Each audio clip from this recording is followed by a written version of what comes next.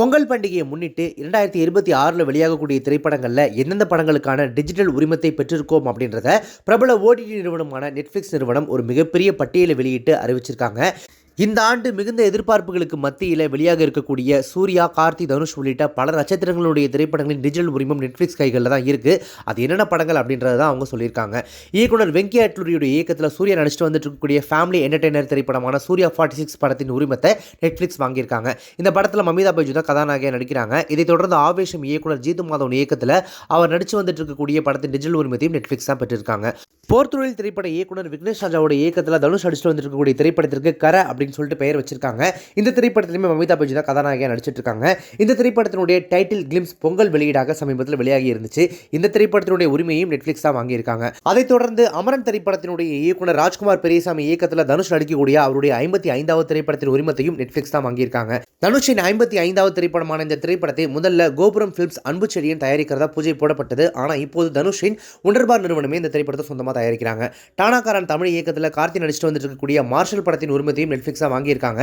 கல்யாணி பிரியதர்ஷன் கதாநாயகியாக நடிக்கும் இந்த திரைப்படத்திற்கு சாய் அபியங்கர் தான் மியூசிக் பண்றாரு. இந்த படத்தின் படப்பிடிப்பும் பரபரப்பாக நடைபெற்று வந்துட்டு இருக்கு. கிலோனா பட இயக்குனர் கார்த்திக் யோகியோட இயக்கத்தில் ரவி மோகன், எஸ்.ஜே. சூர்யா, அர்ஜுன் அசோகன் ஆகியோர் நடிக்கக்கூடிய படத்தின் உரிமத்தை நெட்ஃப்ளிக்ஸ் நிறுவனம் பெற்றிருக்காங்க. மாதங்களுக்கு முன்னாடி அந்த படத்தினுடைய அனௌன்ஸ்மெண்ட் வீடியோ வெளியிட்டிருந்தாங்க. அப்போ அந்த படத்திற்கு ப்ரோ கோட் அப்படின்னு சொல்லிட்டு தான் பெயர் வச்சிருந்தாங்க.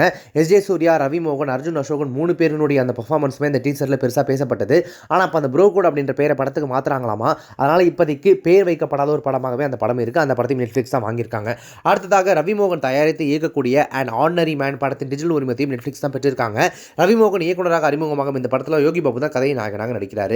பிரபல யூடியூபரான விஜய் சித்து அவர்கள் இயக்கி நடிக்கக்கூடிய டயங்கிரம் திரைப்படம், அப்புறம் விஷ்ணு விஷால் நடித்து வந்துட்டு இருக்கக்கூடிய கட்டா குஸ்தி திரைப்படம் ஆகிய படங்களின் உரிமத்தையும் நெட்ஃப்ளிக்ஸ் தான் வாங்கியிருக்காங்க. தனுஷின் கர, விஜய் சித்துவின் டயங்கரம், விஷ்ணு விஷாலின் கட்டா குஸ்தி 2 என வேல்ஸ் நிறுவனம் தயாரிக்கும் 3 படங்களின் உரிமத்தையும் நெட்ஃப்ளிக்ஸ் வாங்கியிருக்காங்கன்றது குறிப்பிடத்தக்கது. டூரிஸ்ட் ஃபேமிலி திரைப்படத்தின் இயக்குனர் அபிஷன் ஜீவின் கதாநாயகனாக நடிக்கும் வித் லவ் திரைப்படத்தின் உரிமத்தையும் நெட்ஃப்ளிக்ஸ் தான் வாங்கியிருக்காங்க.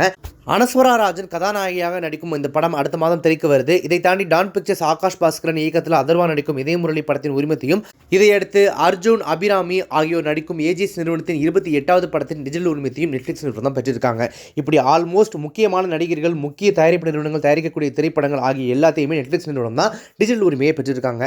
இது ஒரு பக்கம் நெட்ஃப்ளிக்ஸ் சப்ஸ்கிரிப்ஷன் பெற்றிருக்கிறவங்களுக்கு ஒரு மிகப்பெரிய சந்தோஷத்தை கொடுத்தாலும் கூட இயக்குனர் வசந்தபாலன் உட்பட பல திரையுலகத்தைச் சேர்ந்த நபர்கள் தங்களுடைய ஆதங்கத்தையும் சோஷியல் மீடியாவில் வெளிப்படுத்தியிருக்காங்க.